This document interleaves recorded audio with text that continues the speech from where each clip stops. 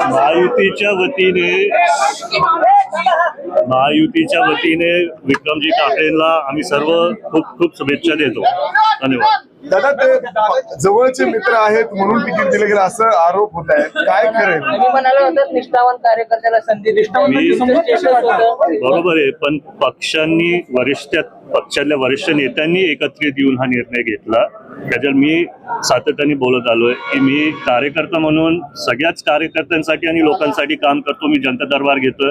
आता पक्षातल्या वरिष्ठांनी जर निर्णय घेतला तो योग्यच असणार.